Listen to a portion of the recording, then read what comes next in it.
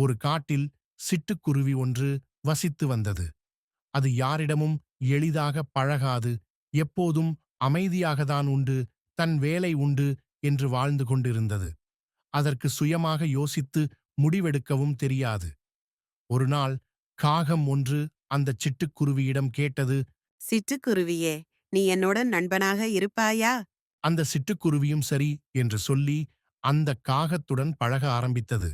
அப்போது சிட்டுக்குருவியிடம் மற்ற பறவைகள் கூறினார்கள், சிட்டுக்குருவியே, நீ காகத்துடன் பழகாதே, நிச்சயம் ஒரு நாள் உனக்கு ஏதாவது பிரச்சனையை அந்த காகம் கொண்டு தரும் என்றார்கள்.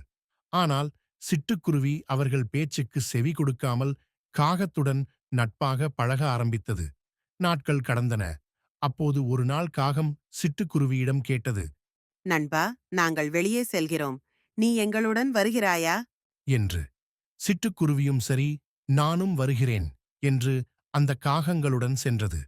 அந்த காகங்கள் அருகில் இருந்த ஒரு சோழ வயலில் புகுந்து அங்கு இருந்த அனைத்து சோள வகைகளை கொத்தி திங்க ஆரம்பித்தன. ஆனால் இந்த சிட்டுக்குருவியோ அமைதியாக ஒரு மரத்தில் அமர்ந்திருந்து இந்த காகங்கள் சோளம் உண்ணுவதை பார்த்துக் கொண்டிருந்தது. அப்பொழுது திடீரென்று அந்த விவசாய நிலத்தின் உரிமையாளர் ஓடி வந்தார். கையில் கம்போடு வந்து இந்த காகங்களை விரட்டினார். இந்த காகங்களும் பயத்தில் பறந்தன. அந்த காகங்கள் சிட்டுக்குருவியை தனியாக அங்கு விட்டுக்கொண்டு பறந்து சென்றன. ஆனால் சிட்டுக்குருவியோ மரத்தில் அமர்ந்து என்ன செய்வது என்று தெரியாமல் இருந்தது.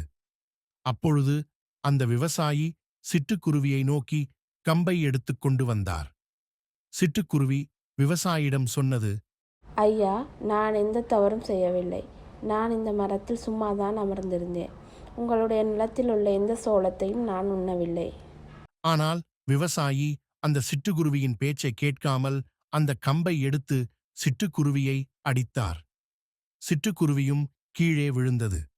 அப்போதுதான் சிட்டுக்குருவி உணர்ந்தது, மற்ற பறவைகள் சொன்னதை நான் கேட்காமல் போனது என்னுடைய தவறுதான் என்று எண்ணி வருந்தியது. நீதி. பிறர் நம் நன்மைக்காக கூறும் அறிவுரையை சற்று கேட்க வேண்டும்.